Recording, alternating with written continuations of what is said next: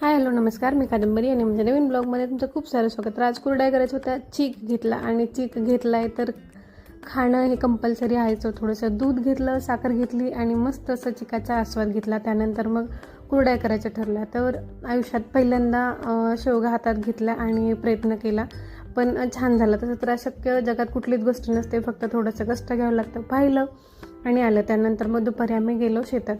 तर शेतामध्ये खूप छान वातावरण होतं, उन्हाळ्यासारखं तर बिलकुल वाटत नव्हतं, कारण सगळं उशिरा होता. कांदा होता, लिंबोणी होती, चिंच, मका. तो ते पक्षी एक छान दिसला, तो कॅप्चर करायचा प्रयत्न केला पण नाही आला कॅमेऱ्यात. त्यानंतर मग गेलो आम्ही हरभरा खायला, म्हणजे डाळे खायला. तर तिथं वरतून सगळं हिरवं जरी दिसत असलं ना, तरी जवळून गेलं तर खूप सुकं दिसत होतं, पण तरी आम्ही घ्यायचा प्रयत्न केला. आणि हे पिल्लू शेतात गेलो खरं, पण हे काकेवरून कडेवरून खाली उतरायला तयारच नव्हतं. तर त्यांना हाय म्हटलं तर हायसुद्धा केलं. आणि त्याच्यानंतर मग आम्ही नंदाबाईला कामाला लावलं.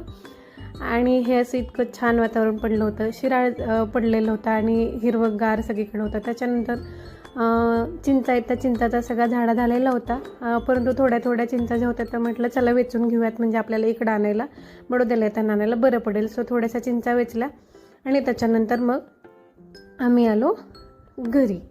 तर गेल्यानंतर तुम्हाला रानमेवा दाखवते. काय होतं, डाळे होते, लिंबा होत्या, शेवग्याची शेंग होती आणि असं बरंच काही. आणि हे घरातली कामं तर उरकतच नाहीत, आवरतच नाही. त्याच्यानंतर मग भांडे लावले, घर सगळं चकाचक करून घेतलं आणि रात्रीची तयारी केली. तर आजच्या मेनूमध्ये होता मेदूवडा, सो त्याची तयारी केली. चला भेटू आपण पुढच्या नेक्स्ट ब्लॉगमध्ये. तोपर्यंत बाय.